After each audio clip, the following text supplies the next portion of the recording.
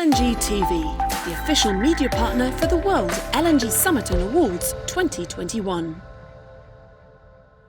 Well, I'm delighted to be joined here at the World LNG Summit by Octávio Simões, the President and CEO of Tellurian. And Octávio, it's now been a year since you've been in that role with Tellurian. What have been some of your key reflections from the last 12 months, and what has been a fairly eventful year for the LNG market? Thank you. It's been great to have been on this journey at Tellurian. We have made tremendous progress in our business model, which is unique in the United States at this point. We are a fully integrated model, so combining the development of a liquefaction terminal with development of upstream reserves and production in order to be able to have predictability on our cost of LNG, and then be able to offer models that cater and are tailored to the different customers around the world has been a great journey. On a personal side, it's an absolutely wonderful team. A lot of pioneers in the LNG industry for the US and worldwide.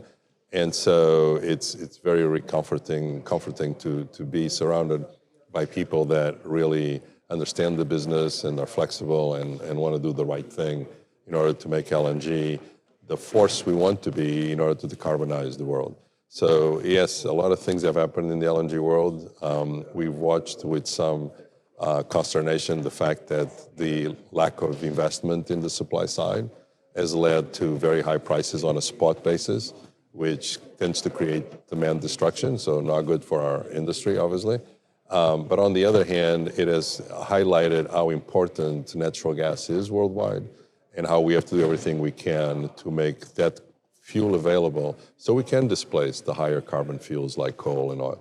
How have you found the last 12 months in terms of the volatility of the market and I guess the real momentum in Q4 with your unique business model? How's that been adapted? Has it been a good thing for you, or have there been challenges? It really hasn't impacted us because of our model, we can, like I indicated, we can cater to different customers. So it's a bit like using a very British expression, horses for courses, right?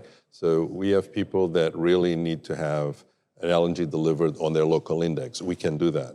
We have people that like to have different indices so they can manage a basket of indices. We can do that.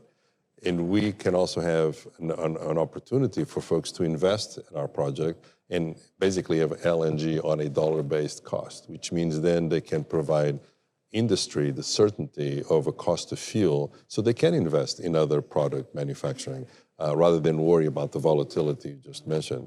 So that's what has been really fun to be part of Tellurian, because we have all this flexibility. We're not stuck to one model. We're not stuck to paradigms of the past.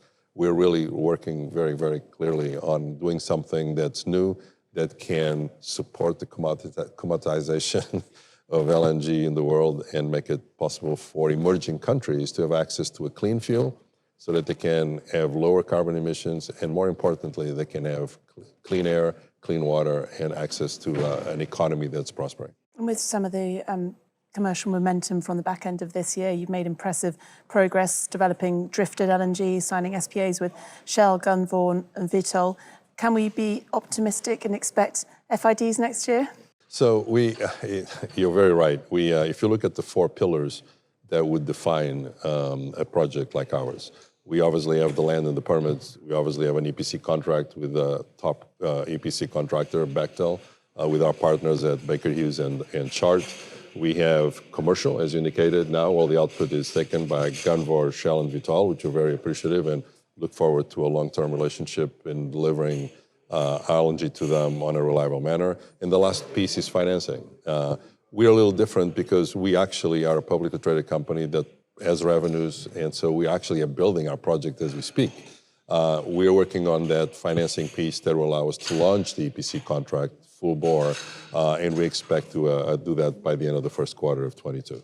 And when you were last involved in sanctioning a project back with Cameron LNG, and what are the major differences now to that project? So when I led the team that did Cameron LNG, when Sharif led the team that developed Sabine Pass and then Corpus Christi, the world was very different in terms of perspective of risk allocation. Nothing had ever been done in the United States. Nothing had ever been financed LNG in the United States at this scale. And so those things were unique. They had never been done before.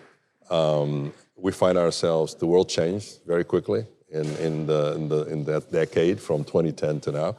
And what we're finding now at Tellurian, Sharif and I and Martin and Keith Deegan and the rest of the team, is that we're doing something unique again, that it's not been done before. So we thrive in that environment, and we look forward to getting it done.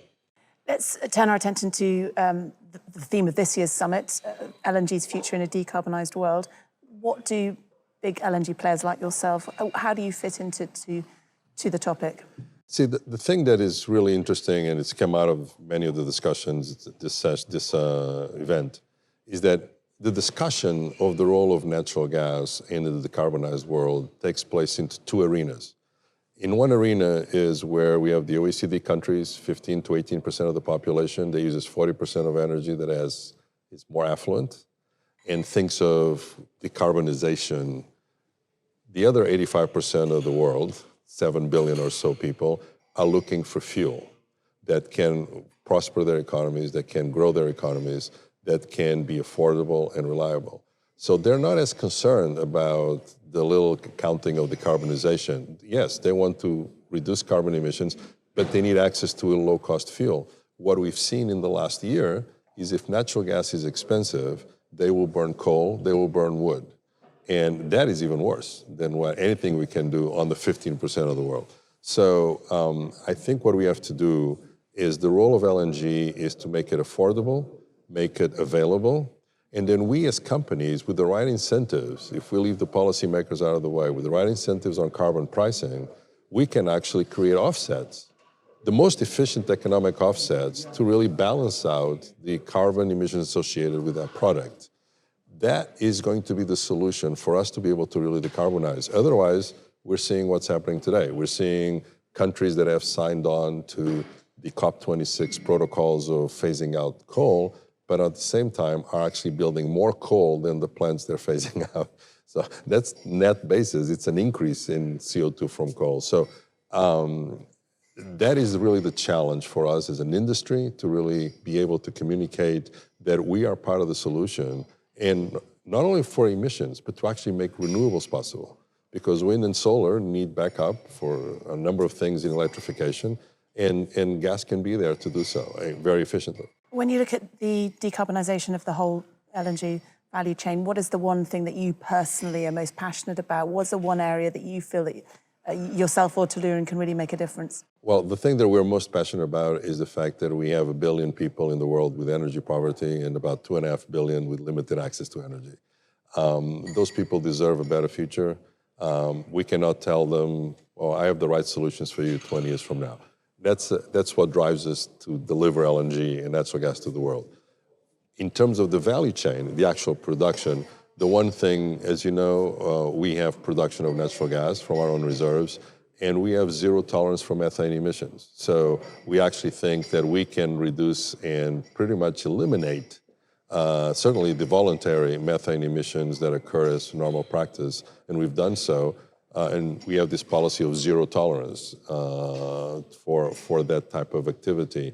And if we do that, which basically is a plumbing issue, we can reduce, as we saw in this event, we can reduce 80% of the methane emissions by 2030 worldwide. So that is something we're doing, and we're motivating everyone else. Pressing on the others, yes. But that's the quickest and easiest. Yeah, absolutely. Absolutely. Solution, would you say? Yeah. And what's 2022 going to bring for you and Tellurian? What are some of the things that the market has to look forward to in the next 12 months? So first and foremost, we're in the final throes in the process of working on the financing of the phase one, which is the first 2 plants, 11 million tons. We hope and expect to do so by the end of the first quarter of 22. So once we do that, we have a lot of folks that like our model, like our product, like the people in it, because they know we've always delivered on our promises. And so we'll start looking at going to the phase 2, which is plant 3 and plant 4 and plant 5. So those are the things. At the same time, you'll see us getting more and more involved and getting a bigger footprint in the upstream as part of our business model. So it's exciting times for Tellurian. We'll grow from about 100 people today to 1,000 people in a few years. So Having the privilege of being the CEO of a company in this phase, it's a lot of fun. And it certainly keeps you motivated to get up in the morning the best you can. It's going to be a big year for you and the company. Indeed. Thank you so much for joining us and finding some time here. And enjoy the rest of your time in Rome. Thank you. Appreciate it.